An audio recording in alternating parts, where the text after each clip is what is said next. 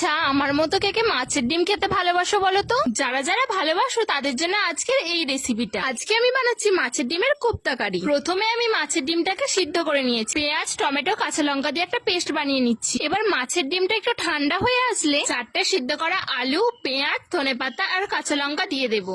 আর এর সাথে আদা রসুন বাটা, জিরে গুঁড়ো, স্বাদ মতো নুন আর একটু বেসন দিয়ে ভালোভাবে মেখে নেব। পুরো জিনিসটা ভালোভাবে মাখা হয়ে গেলে হাতের সাহায্যে চৌকো চৌকো করে একটা শেপ দিয়ে নেব। এবার বেসনের একটা কোট করে একে একে সবগুলো তেলে ভেজে নিচ্ছি। সবগুলো ভাজা হয়ে গেলে ওই তেলের মধ্যে গোটা গরম মশলা আর শুকনো লঙ্কা দিয়ে নেড়েচেড়ে নেব। মিক্সিতে যে মশলার পেস্টটা করে রেখেছিলাম ওই পেস্টটা হলুদ গুঁড়ো, লঙ্কা গুঁড়ো, জিরে গুঁড়ো দিয়ে ভালোভাবে মশলাটা কষিয়ে নেব। এবার মশলার মধ্যে একটু জল দিয়ে ফুটিয়ে নেব। গ্রেভিটা যখন ফুটে আসবে এর মধ্যে মাছের ডিমগুলো দিয়ে কিছুক্ষণ হাই ফ্লেমে রেখে দিলেই তৈরি হয়ে যাবে মাছের ডিমের কোপ্তা কারি। এই রেসিপিটা তোমরাও একদিন ট্রাই করতে পারো।